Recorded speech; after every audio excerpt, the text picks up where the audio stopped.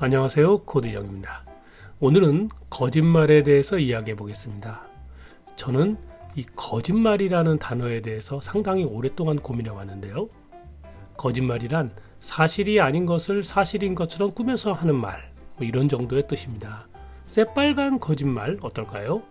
환상의 세계 그리고 동화나 소설 같은 세계가 아니라면 적어도 현실 세계에서 그리고 어른의 세계에서 새빨간 거짓말은 정말로 나쁘다고 아주 사악한 것이라고 생각합니다.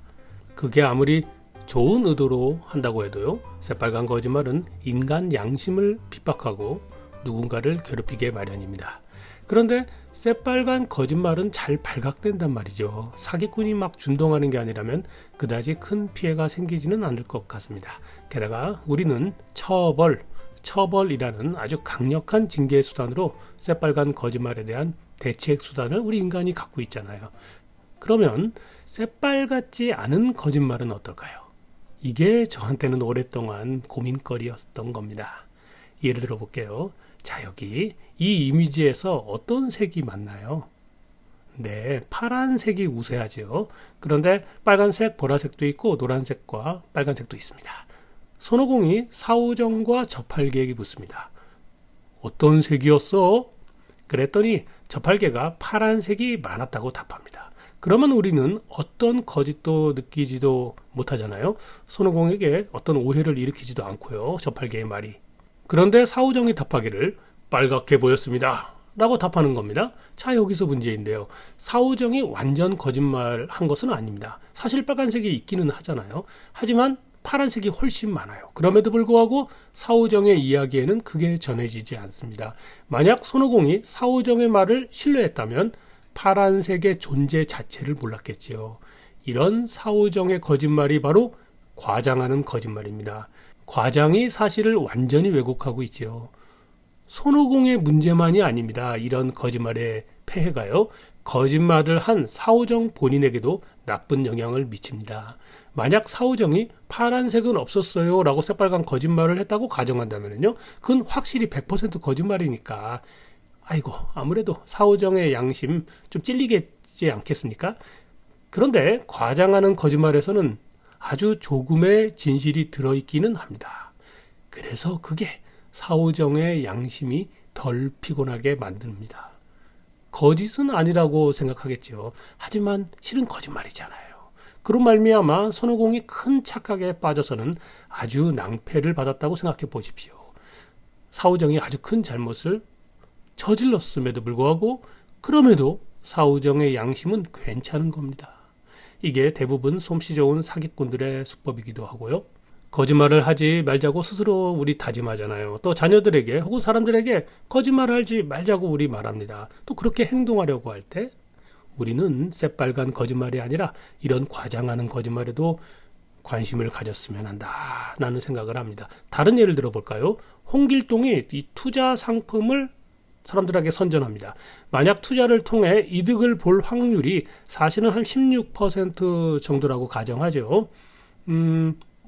투자했다가 망할 확률이 60%. 나머지는 뭐 현상 유지 정도로 해보고요.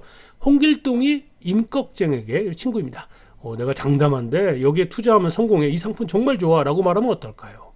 상품을 판매하는 홍길동의 입장에서는 거짓말 아닙니다.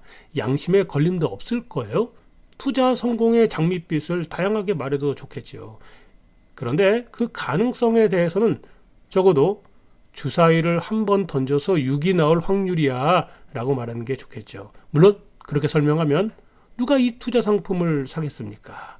그렇기 때문에 문학적인 표현이 필요한 겁니다. 성공하기는 어렵지. 그렇지만 성공하면 인생 달라진다니까 정도 되겠군요. 아니면 로또 당첨보다는 훨씬 높은 가능성이야 라고 어필할지도 모르겠습니다. 숫자 이야기를 했으니까는요, 다른 사례, 정치 이야기 한번 해볼까요? 우파나 좌파나 진보나 보수나 다들 국민 운운하시잖아요. 그들의 이야기를 들어보면 국민들은 다 자기 편이고 자기들의 주장과 행동은 모든 국민의 희망이나 염원인 것처럼 말합니다. 이런 습관 거짓말이지요. 모든 국민이라는 단어는 추상적인 수준에서만 통하는 것이지 현실 속에서는 사실 성립하지 않은 개념이잖아요. 모든 국민을 너무 강하게 말씀하시면 다른 어떤 국민의 존재가 머릿속에서 사라져 버립니다. 국민이라는 말도 선명하지 않고 또 모호하지 않습니까? 그래서 저는 제안합니다. 정치인들이 혹은 시민단체에서 일하시는 분들이 뭔가를 주장하실 때 예컨대 그 사람들의 주장을 첫 번째 국민 70% 이상 지지하는 상황이라고 가정해 보십시오. 이때는 국민의 요구다, 국민의 의견이다 라고 말할 게 아니라 국민 대다수의 요구다, 국민 대다수의 의견이다 라고 말씀해 주십시오. 그게 사실에 맞고 대다수에 속하지 않는 소수가 존재하는구나 라는 사실도 깨닫게 해주는 좋은 언어 표현입니다. 두 번째, 국민 50% 이상 지지하는 상황이라고 가정해보죠. 그런 경우에 국민의 요구이다, 국민의 의견이다 라가 아니라 국민 다수의 요구이다 라고 표현해 주십시오. 그러면 역시 소수 국민의 존재가 머릿속에서 사라지지 않습니다. 국민 40에서 50%가 지지하는 상황, 그런데 나머지는 막 반대하고 중립이고 무응답한다 라는 경우도 있잖아요. 이런 경우에도 국민의 요구이다 라고 말하는 것보다는요, 어떻게 표현하는 게 좋을까요? 네, 많은 국민의 요구이다 라고 표현하는 게 사실에 부합하겠죠. 자, 이제 네 번째부터가 재미있는 건데요. 네 번째, 국민 40% 이하 지지하는 상황, 반대가 더 많아요. 이런 경우에도 정치인들은 국민의 요구이다 라고 강하게 주장합니다. 아유, 그러지 마십시오.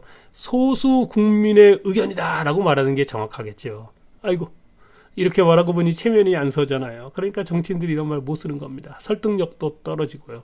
괜찮습니다. 그러면 국민의 요구라는 간편하는 말 대신에 더 좋은 논거를 찾기 위해 그분들이 노력하시겠죠. 다섯 번째, 국민 20% 정도가 지지하고요. 나머지는 그 반대 견해를 갖고 있는 상황을 우리가 또 생각해 볼 수 있지 않겠습니까? 이런 경우에도 정치인들은 국민의 요구이다 라는 표현을 하곤 합니다. 그런 표현 안 되겠군요. 어떤 표현이 좋을까요? 네, 상당히 소수 국민의 요구이다 라고 말해야겠죠. 우리 상당히 소수의 국민은 탄핵에 반대합니다 같은 식이 되겠는데요. 아이고, 물론 이것도 체면이 안 섭니다. 그러나 우리가 어떤 정치적 대결을 할 때 자신의 입장을 성찰하는 것도 나쁘지 않습니다. 착각을 피하고 더 합리적인 판단을 내릴 수 있기 때문입니다. 언젠가 지지자들이 늘어날 때가 오겠죠.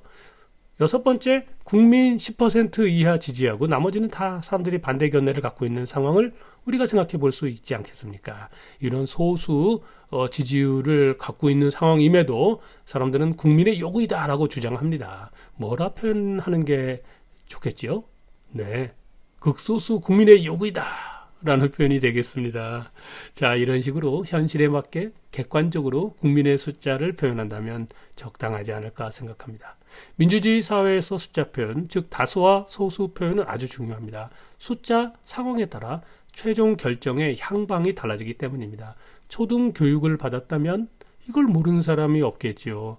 물론 국민 다수의 지지를 받지 못하는 세력은 아까 말했던 네 번째에서 여섯 번째 그런 표현 하기 싫을 겁니다. 그렇게 표현할 리 없지요. 정치가 무슨 코미디도 아니고요. 그렇지만 말이죠, 과장하는 거짓말은 앞에서 살펴본 것처럼 폐해가 아주 큽니다. 존재를 죽이는 언행을 습관적으로 내뱉고 선동하기보다는 사실에 맞게 표현하는 것에서 좀 더 나은 정치가 가능해지지 않을까 생각합니다. 오늘은 거짓말에 대해서 살펴봤습니다. 새빨간 거짓말 아주 나쁘지요. 들킬 거예요. 처벌 피하기 어렵습니다. 그러나 위험성으로 본다면 과장하는 거짓말이 새빨간 거짓말보다 더 위험합니다. 감사합니다.